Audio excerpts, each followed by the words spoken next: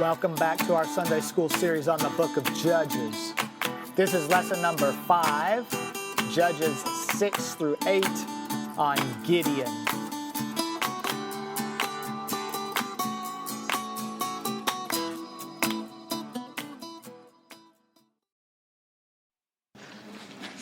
All right, good morning. We're going to get started. We've got a lot to go through this morning because we're going to try to go through all of Gideon's story in one lesson. So it's chapters 6, 7, and 8. And he's got the most time devoted to him in the entire book. So what we're going to do today, the way I've got it broken down, is I've divided Gideon's story up by the signs that take place in a story.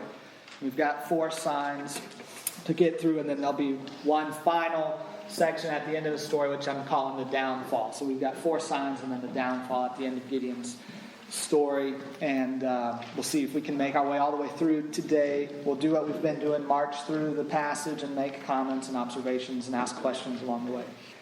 A few notes about Gideon as we start here. I briefly mentioned it already.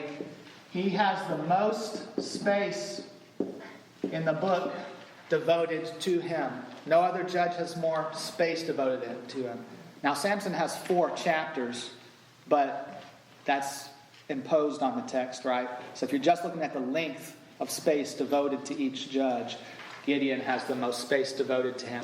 Additionally, Gideon is a hinge in the book.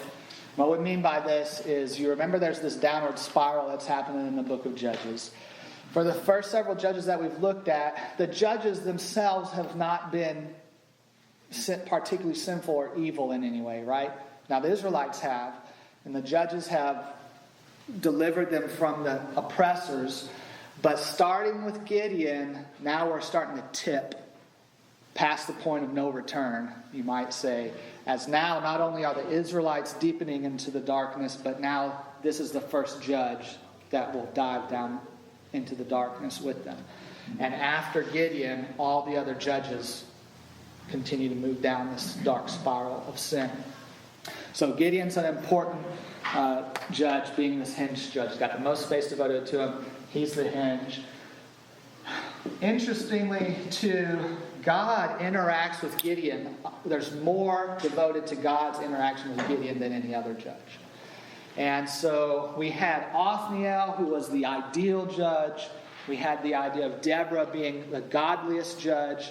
And then here with Gideon, the fact that there's so much space, that he's the hinge, and that God interacts with him so much here. Out of all the judges, Gideon's the most important in the entire book. Okay?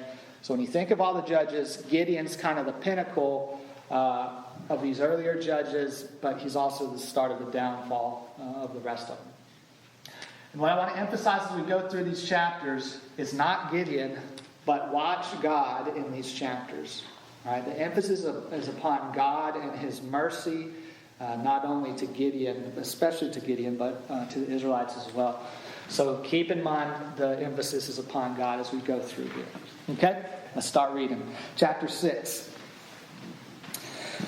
The people of Israel did what was evil in the sight of the Lord. All right, there's the first part of the cycle, evil. And the Lord gave them into the hand of Midian 7 years. There's the second part of the cycle, enemy. All right, evil, enemy. And the hand of Midian overpowered Israel.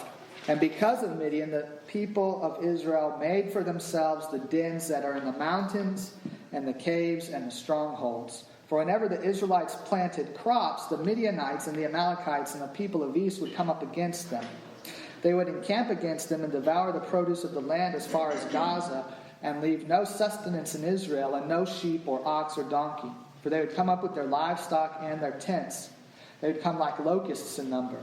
Both they and their camels could not be counted, so that they laid waste the land as they came in. And Israel was brought very low because of Midian.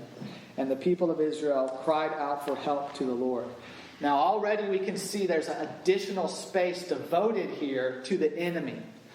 In the previous Judges, whenever the enemy is listed, it kind of sounds like this at the beginning in verse 1. The Lord gave them into the hand of Midian 7 years, and it kind of stops there as far as the enemies are described.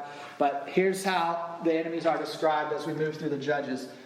With Othniel, the Israelites are sold into the hand of their enemies and they serve them. Okay, they're sold and they serve. With Ehud, all it says is that they served Eglon for so many years. With Deborah, in that story, it says they were sold into the hand of their enemies and that they were oppressed cruelly. And now, with Gideon, we have 6 verses devoted to the enemy and what they're doing to the Israelites. So do you see the pattern here? There's an increase as we move in this direction of oppression or of punishment for the sin. It makes sense, right? You got punished once. You got punished twice. So every time we're moving down, the punishment's getting heavier for the sin as they continue to move down the spiral. So here we see that it's great devotion to describing what the enemies of the Israelites are doing here. Now in verse 6 and following, we're going to move into the next part of the cycle, which is repentance. So we see at the end of verse 6, the people of Israel cried out for help to the Lord. Verse 7, when the people of Israel cried out to the Lord on account of the Midianites, the Lord sent, and what do you expect to be there? A judge. You would expect to think God sent a judge to deliver them out of their sin. But that's not what happens. So the people of Israel cry out to the Lord on account of the Midianites, and the Lord sent a prophet to the people of Israel, and he said to them, "Thus says Yahweh, the God of Israel, I led you up from Egypt and brought you out of the house of slavery, and I delivered you from the hand of the Egyptians and from the hand of all who oppressed you, and drove them out before you and gave you their land. And I said to you, I am Yahweh your God. You shall not fear the gods of the Amorites in whose land you dwell. But you have not obeyed my voice." Now here's a cliffhanger right here, right? You have not obeyed my voice. And that ends what the prophet says. So the question now arises, okay, what's about to happen? Is God going to send a judge to deliver us or not? Have we reached the end of the line as far as our disobedience is concerned? They cry out to the Lord for help, and he doesn't raise up a judge. He raises up a prophet to send this message to them. This isn't a new message, right? This is a message that they have already heard. So we see this little bit of a cliffhanger here. Thankfully, in verse 11, we are going to get an answer to this question. Now the angel of the Lord came and sat under the terebinth at Ophrah, which belonged to Joash the Abiezrite, while his son Gideon was beating out wheat in the winepress to hide it from the Midianites. And the angel of the Lord appeared to him and said to him, "The Lord is with you, O mighty man of valor." Now I want to stop here, because what we're about to see is something really important. We're going to see Gideon mirror Moses here. Okay?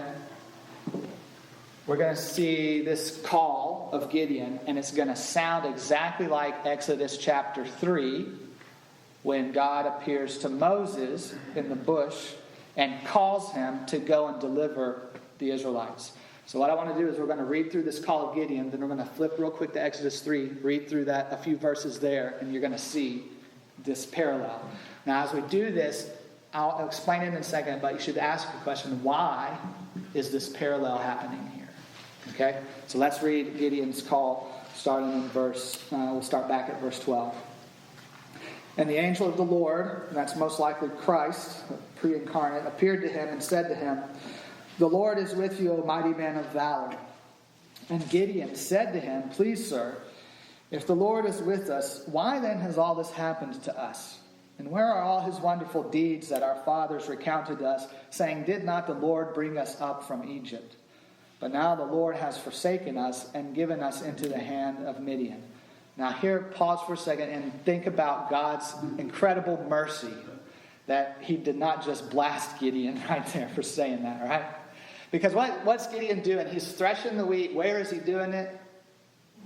Yeah, he's hiding from the oppressors, right? So he's down in here separating the wheat from the chaff. And he's blaming God for that. It's God's fault that we're experiencing all this. No, it's not. Y'all have already been through this a whole bunch. And the fact that God permits that to be said to his face and doesn't do anything about it is an incredible testimony to our merciful and gracious God that he does that. So here goes, and he blames God in verse 13. Verse 14. Yahweh turned to him and said, now notice there, what was God called in the first part of this little story? The angel of the Lord. And here he's called Yahweh. So we see that the angel of the Lord is not just an angel, but this is God appearing to Gideon. Go in this might of yours and save Israel from the hand of Midian. Do I not send you? And he said to him, please, Lord, how can I save Israel? Behold, my clan is the weakest in Manasseh, and I am the least in my father's house. And the Lord said to him, but I will be with you, and you shall strike the Midianites as one man. And he said to him, if now I have found favor in your eyes, then show me a sign that it is you who speak with me. Please do not depart from here until I come to you and bring out my present and set it before you. And he said, I will stay till you return. All right, so hold your finger there. Now flip over to Exodus chapter 3. We'll start reading at verse 7, and we'll just read to verse 12. So this is where Yahweh appears in the burning bush to Moses. And in verse 7, now catch the parallels because there are some very striking parallels here. Verse 7, then Yahweh said, I have surely seen the affliction of my people who are in Egypt, and have heard their cry because of their taskmasters. I know their sufferings, and I have come down to deliver them out of the hand of the Egyptians, and to bring them up out of the land to a good and broad land, a land flowing with milk and honey, to the place of the Canaanites, the Hittites, the Amorites, the Perizzites, the Hivites, and the Jebusites. And now, behold, the cry of the people of Israel has come to me, and I have also seen the oppression with which the Egyptians oppress them. Come, I will send you to Pharaoh, that you may bring my people, the children of Israel, out of Egypt. All right, so that's already sounds exactly like the situation Gideon's in, right? And what God is doing with Gideon. Verse 11, but Moses said to God, who am I that I should go to Pharaoh and bring the children of Israel out of Egypt? All right, that's exactly what Gideon says. Who am I? I'm the weakest guy in our clan and all of Manasseh. Now God, and this is the exact same words here. Verse 12, he said, that is God said, but I will be with you. That's exactly what he's just said to Gideon in our passage. But I will be with you, and this shall be a sign for you that I have sent you. When you have brought the people out of Egypt, you shall serve God on this mountain. Now God is going to give Moses that sign that he indeed is with him. Now we'll skip over the rest of chapter 3 because he's going to tell him what he needs to say in order to convince the Israelites. But look at verse 1 of chapter 4. Then Moses answered, but behold, they will not believe me or listen to my voice, for they will say, the Lord did not appear to you. The Lord said to him, what is that in your hand? And then he goes on and gives him how many more signs? 2 or 3. Yeah, it's at least 2, right? Because it's the staff that he throws down and it turns to the snake. And he tells him to put his hand in his breast. And he pulls it out, it'll be leprous. And then he puts it back in and it's not leprous anymore. So we see 3 signs in this call of Moses to go and deliver the Israelites from Egypt. Now, do you see the parallels here? What's the author trying to do by drawing a parallel of Gideon to Moses? He's the man. Yeah, that's right. Here we go. This guy, this is the judge that was not sent by the Lord initially. Instead, the prophet was sent. But here he is. He's going to deliver the Israelites just like Moses delivered the Israelites. He's going to be the Savior just like Moses was the Savior. And as we've already seen, most space, he's the hinge. God interacts most often with Gideon. Of all the judges, Gideon's the main one of this book. And so by drawing this comparison, Gideon's called in the same way Moses is called. And he asks the same type of questions and that sort of thing. It's shining the light on Gideon. All right, here's the main man. So that takes us to the call of Gideon. Now notice, Gideon asks for a sign in his call. Right? He says, if you're really going to be here, just hang on a second. Let me go do something and I'll be right back. And again, God's merciful and said, okay, I'll wait here till you get back. So here we go with Gideon in verse 19 of chapter 6. Gideon went into his house and prepared a young goat and unleavened cakes from an ephah of flour. The meat he put in a basket, and the broth he put in a pot, and brought them to him under the terebinth and presented them. And the angel of God said to him, take the meat and the unleavened cakes and put them on this rock, and pour the broth over them. And he did so. Then the angel of the Lord reached out the tip of the staff that was in his hand, and touched the meat and the unleavened cakes. A fire sprang up from the rock and consumed the meat and unleavened cakes. And the angel of the Lord vanished from his sight. Then Gideon perceived that he was the angel of the Lord. And Gideon said, alas, O Lord God, for now I have seen the angel of the Lord face to face. But the Lord said to him, peace be to you, do not fear, you shall not die. Then Gideon built an altar there to the Lord and called it, the Lord is Peace. To this day it still stands at Ophrah, which belongs to the Abiezrites. That night the Lord said to him, take your father's bull and the second bull 7 years old and pull down the altar of Baal that your father has, and cut down the Asherah that is beside it, and build an altar to the Lord your God on the top of the stronghold there, with stones laid in due order. Then take the second bull and offer it as a burnt offering with the wood of the Asherah that you shall cut down. So Gideon took 10 men of his servants and did as the Lord had told him. But because he was too afraid of his family and the men of the town to do it by day, he did it by night. Okay.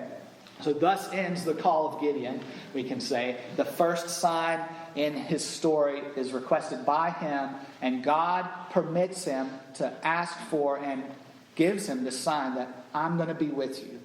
So he offers a sacrifice, and the Lord burns it up, and he realizes this really was the Lord that appeared to me at that point.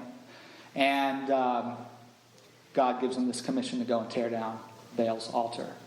Now this little story that's telling us about tearing down Baal's altar and the Asherah is going to set us up for the name Gideon receives, and he's going to be referred to by this name elsewhere throughout Scripture.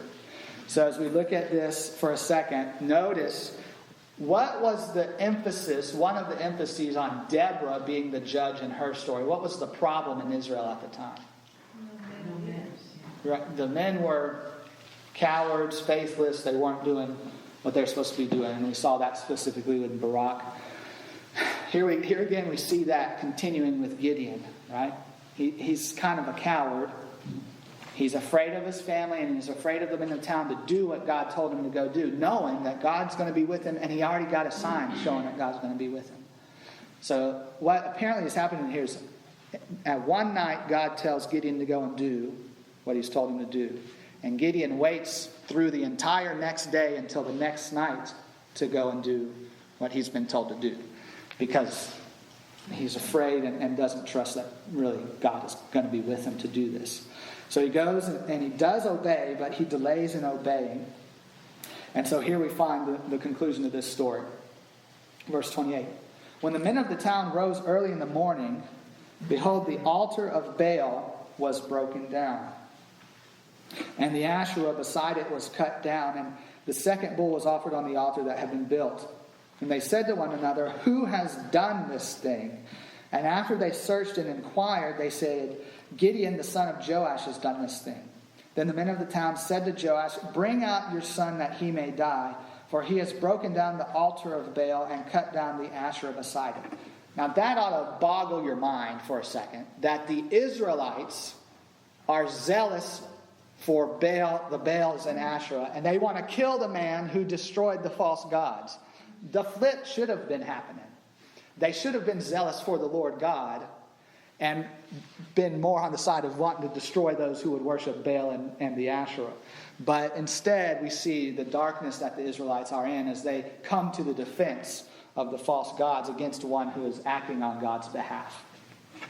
So what happens then? Thankfully, Gideon's got a good daddy. And in verse 31, Joash said to all who stood against him, are you going to fight for Baal? Will you contend for Baal, or will you save him? Whoever contends for him shall be put to death by morning. Yeah, that's the right thing. If he is a god, let him contend for himself, because his altar has been broken down. Therefore on that day Gideon was called Jerubbaal, that is to say, let Baal contend against him, or let Baal fight against him, because he broke down his altar. Okay? Now this is also going to set up Gideon for a contest through the rest of this story. Gideon versus Baal. When we get to the end of the story, we're going to see who wins. So this is part of the reason for the story here. It sets up this fight that's going to be happening between Gideon and Baal. I'm not going to tell you who wins till we get there. All right. Sign 1. Sign 1 is over now. The sacrifice leads us through this opening part of Gideon's call. Notice now that the sign was requested by Gideon, and God mercifully gives him the sign. Now we're going to move into the second sign, and really this is the second and third sign. It's the fleece, which is used in two ways. Right? So you got two signs, so to speak. Starting with verse 33. Now all the Midianites and the Amalekites and the people of the east came together, and they crossed the Jordan and encamped in the valley of Jezreel. But the Spirit of the Lord clothed Gideon. Okay, that's really important.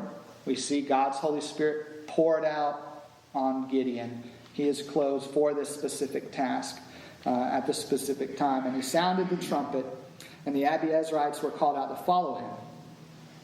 And he sent messengers throughout all Manasseh, and they too were called out to follow him. And he sent messengers to Asher, Zebulun, and Naphtali, and they went up to meet them. Then Gideon said to God, if you will save Israel by my hand, as you have said. What does that say about Gideon's faith? If you will really do what you said, I'm going to ask you for another sign. Yeah. So you got those two big words there, the if and then do what you said. Behold, I am laying a fleece of wool on the threshing floor. If there is dew on the fleece alone, and it is dry on all the ground, then I shall know that you will save Israel by my hand, as you have said. Now again, God is merciful to Gideon here, that he abides by this request. So okay, I'll do it. Verse 38. And it was so.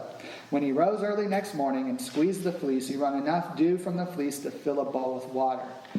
Then Gideon said to God, let not your anger burn against me. Let me speak just once more. Does that sound familiar? Who said those similar kind of words? Abraham did, right? And Abraham was haggling with God, right? If there's 50 righteous people, 40, 30, if there's just 10, let me ask one more time. Yeah, for Sodom and Gomorrah. So we see Gideon mirror Abraham a little bit here. Let me speak just once more. Please let me test just once more with the fleece. Please let it be dry on the fleece only, and on all the ground let there be dew. And God did so that night, and it was dry on the fleece only, and on all the ground there was dew. Now just a note here, which sign was harder, so to speak, to do? To make the ground dry and the fleece wet, or to make the ground wet and the fleece dry? It's the second one. All right, so think about this. When dew's on the ground and you've got a cloth or you've got solid hard ground around, where does the dew dry quicker? It dries faster from the dry ground, right?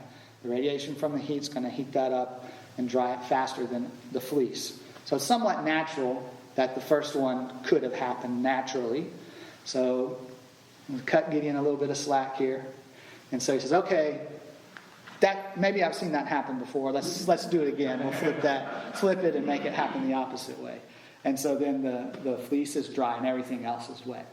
And so Gideon here asks for his second and third sign, in spite of the fact that God told him face to face, I'm with you, gave him a first sign to prove it. So Gideon's faith is weak, but still he is doing what God is asking him to do and calling him to do. All right, chapter 7, verse 1. Here's the third sign, what I'm calling the third sign, the 300. Then Jerubbaal, that is Gideon, and all the people who were with him rose early and encamped beside the spring of Harod. And the camp of Midian was north of them by the hill of Moreh in the valley. Now, as we look at see all these place names, I gave you this map which we've seen before on the back. You can see Gideon about just south of the Sea of Galilee. Here's where he is.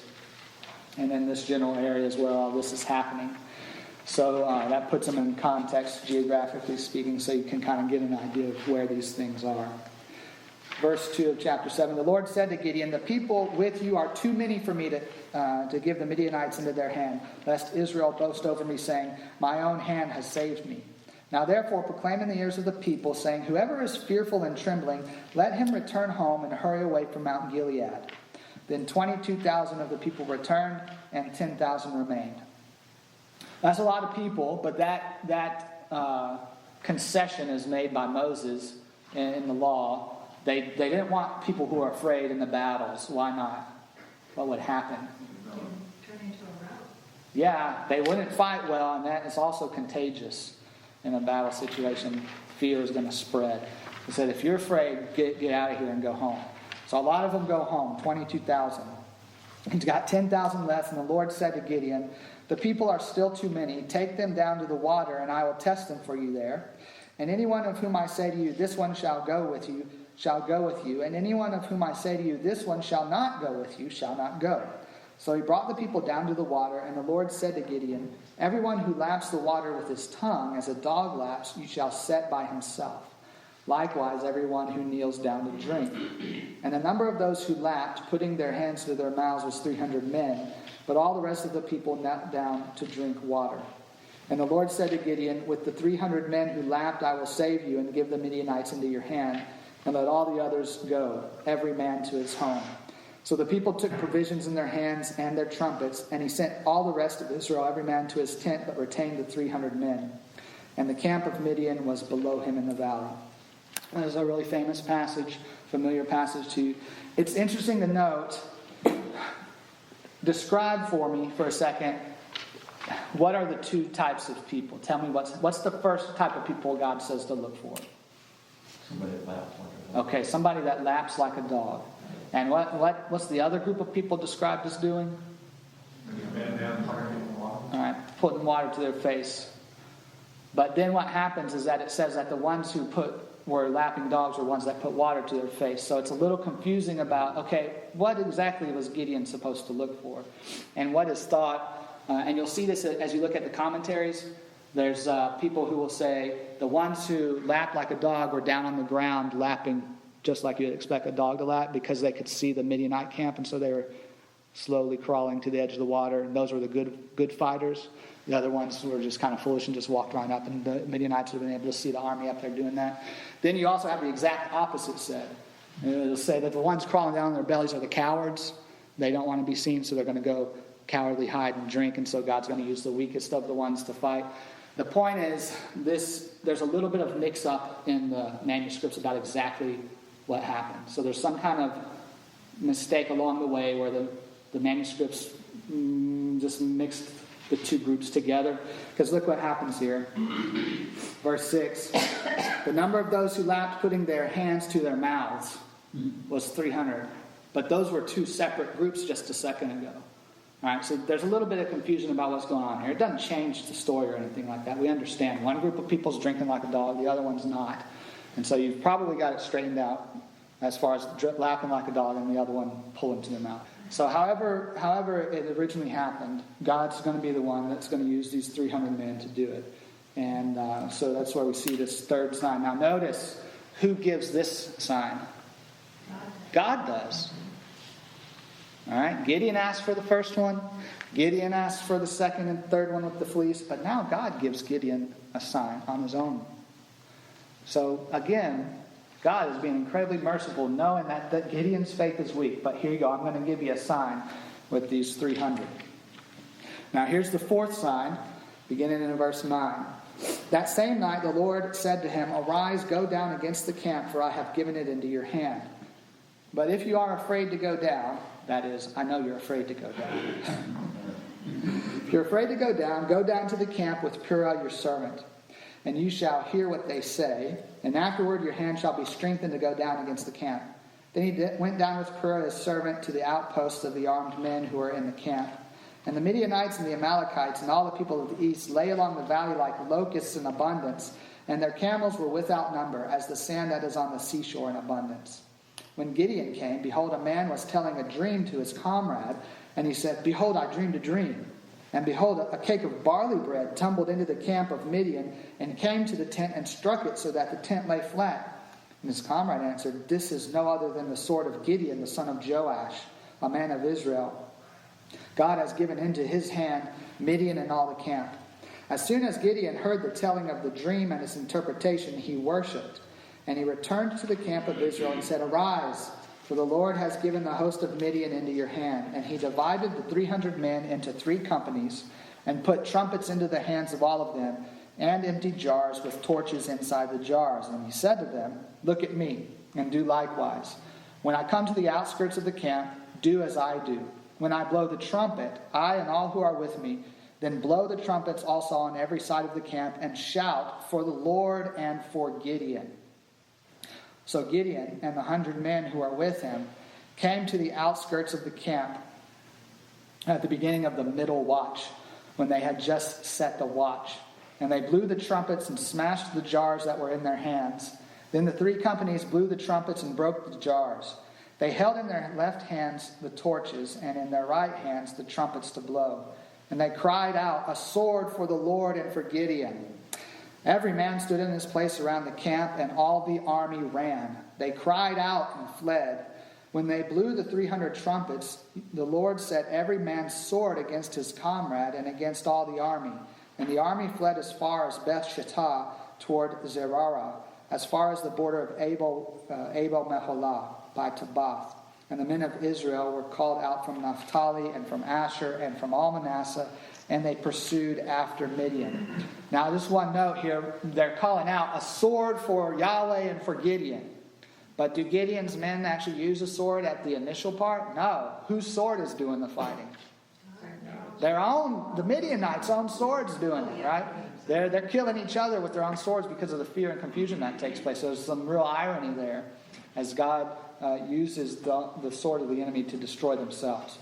Now in verse 24, Gideon sent messengers throughout all the hill country of Ephraim, saying, "Come down against the Midianites and capture the waters against them as far as Beth Barah and also the Jordan." So all the men of Ephraim were called out, and they captured the waters as far as Beth Barah and also the Jordan.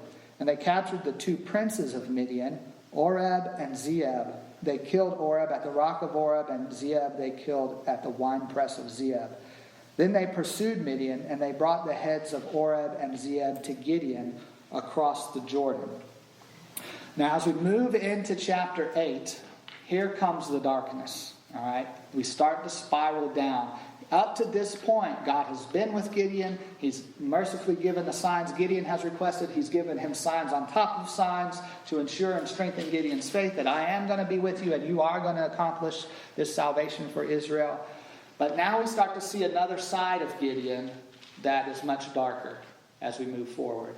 And we're going to end in a very dark place as well. So here we go in chapter 8. They've already captured the princes of the Midianites. And in verse 8, then the men of Ephraim said to him, "What is this that you have done to us, not to call us when you went to fight against Midian?" And they accused him fiercely.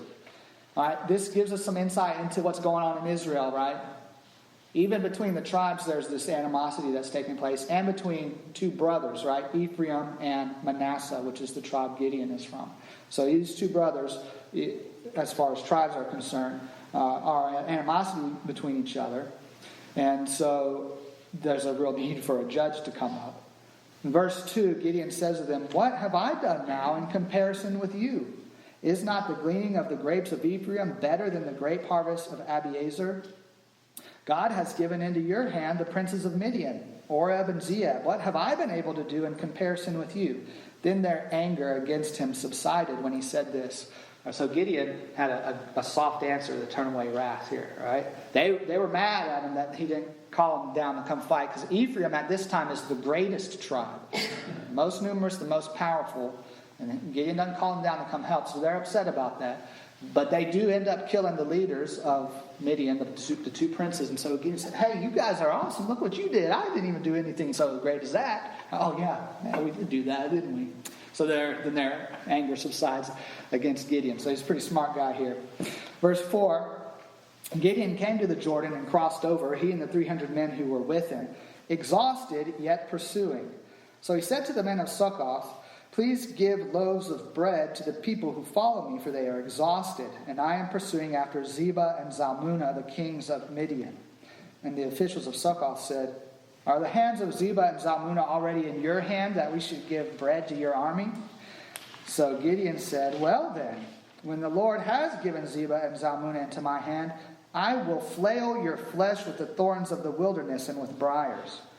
And from there he went up to Penuel and spoke to them in the same way. And the men of Penuel answered him as the men of Succoth had answered. And he said to the men of Penuel, "When I come again in peace, I will break down this tower." Now Zebah and Zalmunna were in Karkor with their army, about 15,000 men, all who were left of the army of the people of the east. For there had fallen 120,000 men who drew the sword.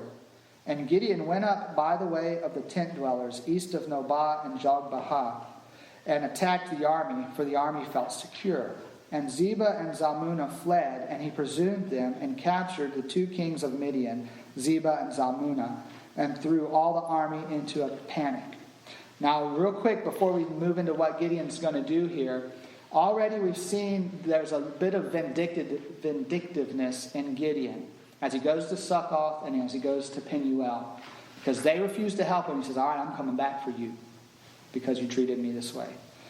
Now, what we're going to see with Zebah and Zalmunna is Gideon's got a personal vendetta against them, which we haven't seen up to this point. We don't know about up to this point. And so we see that he's got some backstory with these two guys. Verse 13. Then Gideon, the son of Joash, returned from the battle by the ascent of Heres. And he captured a young man of Succoth and questioned him. And he wrote down for him the officials and elders of Succoth, 77 men. Then he came to the men of Succoth and said, "Behold, Zebah and Zalmunna, about whom you taunted me, saying, 'Are the hands of Zebah and Zalmunna already in your hand, that we should give bread to your men who are exhausted?' And he took the elders of the city, and he took thorns of the wilderness and briars, and with them taught the men of Succoth a lesson." All right, now I've probably used this language before to find out what's going on, really. What did you do to your children when you said, "I'm going to teach you a lesson"? Punch them. And how's Gideon punishing these guys? He's giving them a spanking. Is exactly what he's doing. And he's doing it to humiliate them, because they have been so disrespectful to him and his men as they came through. You don't even have these kings, we're not helping you. So he comes back and he spanks them, humiliates them with the thorns and briars. He's using a whip or I never got hit with one. My dad always talked about them. Switch, thank you. Yeah. Dad always talks about getting switched. He teaches them a lesson, so he's giving them a spanking. Verse 17, "And he broke down the tower of Penuel and killed the men of the city. Then he said to Zebah and Zalmunna, 'Where are the men whom you killed at Tabor?'" Now we don't know what this event is, these men that he killed at Tabor. And they answered, "As you are, so were they. Every one of them resembled the son of a king." And he said, "They were my brothers, the sons of my mother. As the Lord lives, if you had saved them alive, I would not kill you." So he said to Jether, his firstborn, "Rise and kill them." But the young man did not draw his sword, for he was afraid, because he was still a young man. Okay, so like father, like son, a little bit there, right? Then Zebah and Zalmunna said, "Rise yourself and fall upon us, for as the man is, so is his strength." And Gideon arose and killed Zebah and Zalmunna, and he took the crescent ornaments that were on the necks of their camels. So there's some backstory here that these guys, prior to this whole event of Gideon rising to become a judge, they killed all of his brothers in some way at Tabor. So Gideon has a personal vendetta against these guys as well. And so he takes particular pleasure in seeing them die because they had killed his brothers. So we see his vindictiveness against Succoth, see his vindictiveness against Penuel, we see his vindictiveness against the kings of Midian here as well. In verse 22, "Then the men of Israel said to Gideon, 'Rule over us, you and your son and your grandson also, for you have saved us from the hand of Midian.'" All right, now this should sound familiar. And the Israelites say the same thing to Samuel. "We want a king. Give us a king," like the rest of the people all around us. And so already we see in the Judges that there's that itch that they want scratched. They want a king. And so Gideon says the right thing. But then watch what he does. Verse 23, Gideon said to them, I will not rule over you, and my son will not rule over you. The Lord, that is Yahweh, will rule over you. And Gideon said to them, let me make a request of you. I'm not going to rule over you, but every one of you give me the earrings from his spoil. For they had golden earrings because they were Ishmaelites. And they answered, we will willingly give them. And they spread a cloak, and every man threw in the earrings of his spoil. And the weight of the golden earrings that he requested was 1,700 shekels of gold, beside the crescent ornaments and the pendants and the purple garments worn by the kings of Midian, and besides the collars that were around the necks of their camels. All right, I'm not going to be your king, but come here and pay a tribute to me, all of you. They all come through, march. Yes, we pledge our allegiance to you. Is basically what, here you go. We give our tithe, we give our tribute, we give our taxes to you. And then look what he does in verse 27. And Gideon made an ephod of it and put it in his city in Ophrah. Okay? An ephod was I always describe it like a bib. That's a little condescending, but it's this garment that's worn across the chest that had the different stones for the tribe of Israel in it, right? The Urim and the Thummim would be used to answer yes or no questions from the Lord. And so that's what the priest would wear. It's a priestly garment. Gideon's not in the priesthood, but he decides to make an ephod out of all of this. And look what happens. And all Israel whored after it there. And it became a snare to Gideon and to his family. So Midian was subdued before the people of Israel, and they raised their heads no more, and the land had rest 40 years in the days of Gideon. So now we've come to that part of the cycle where there's rest. That's about salvation and rest, and it's 40 years. We saw 40 years with we saw 40 years with Othniel. We saw 80 years with Ehud. We saw 40 years with Deborah. We see 40 years with Gideon. All right, these are nice round numbers symbolizing a full era of time, a generation and so forth, that there was peace in the land. So though there was peace and salvation in the land, if you go back to chapter 6, verse 1, the people of Israel did what was evil in the sight of the Lord. That's how this ends with Gideon. Gideon himself ends with verse 1 of chapter 6 by committing the evil that he came to save Israel out of. But it doesn't end there. In verse 29, Jerubbaal, the son of Joash, went and lived in his own house. Now Gideon had 70 sons, his own offspring, for he had many wives. All right, and his concubine, who was in Shechem, also bore him a son, and he called his name Abimelech. What was the second evil that the Israelites committed beside idolatry? Intermarriage. That's probably also what's going on here with Gideon. And he names the son of the concubine Abimelech. That's foreshadowing for chapter 9. Verse 32, and Gideon, the son of Joash, died in a good old age and was buried in the tomb of Joash's father at Ophrah of the Abiezrites. As soon as Gideon died, the people of Israel turned again and whored after the Baals and made Baal Berith their god. And the people of Israel did not remember the Lord their God, who had delivered them from the hand of all their enemies on every side. And they did not show steadfast love to the family of Jerubbaal, that is Gideon, in return for all the good that he had done Israel. So we mentioned this at the beginning. There was a contest between Baal and Gideon. At the end of the story, who has won? Baal has. That's where Gideon's story ends. Now, interestingly, they mention a specific Baal, Baal Berith. This word here means Lord. This word here means covenant. So, we've got Lord of the covenant. They're worshiping the Lord of the covenant. That sounds right, doesn't it? But what we see happen here is syncretism. There's a mixing between the Israelites and the surrounding peoples, which is exactly what God said would happen if they didn't drive them out of the land. So we have a very clear syncretistic worship taking place as they worship Baal-berith, that is the Lord of the covenant.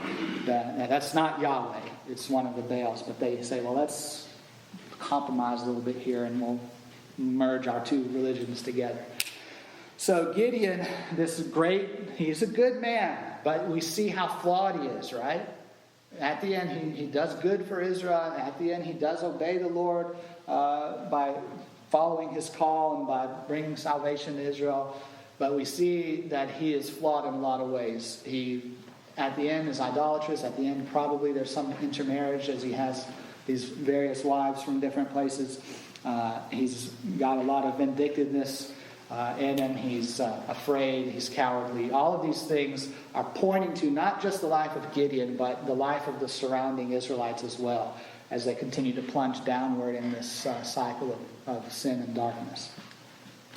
Now, what's interesting about where we go from here is that the next character in the book of Judges is Abimelech, the son of Gideon, right? But he's not really a judge. He's not listed as a judge. He's not talked about as a judge. But his story falls in line with this cycle of the judges. So we actually kind of skip over having a judge as we move to Abimelech. And then the last two judges, Jephthah and Samson, are even worse than Gideon as far as the sin is concerned. So now we really start to see, as I said earlier, Gideon was that hinge judge. All the rest of the judges are sliding down into the darkness really quick as we get to the end of the book. But what we see with Gideon's story is this looking forward to the kingship. That the Israelites want a king, that they're looking for a king. And that's going to come in the book of Samuel, which in the Hebrew Bible follows the book of Judges. And that's going to set us up for, obviously, Saul and then David. So all of these little hints along the way are pointing us forward to the coming Davidic monarchy, and then through David to Jesus. You've been listening to lesson number 5 in our Sunday School series on the book of Judges. This has been Judges 6 through 8 on Gideon.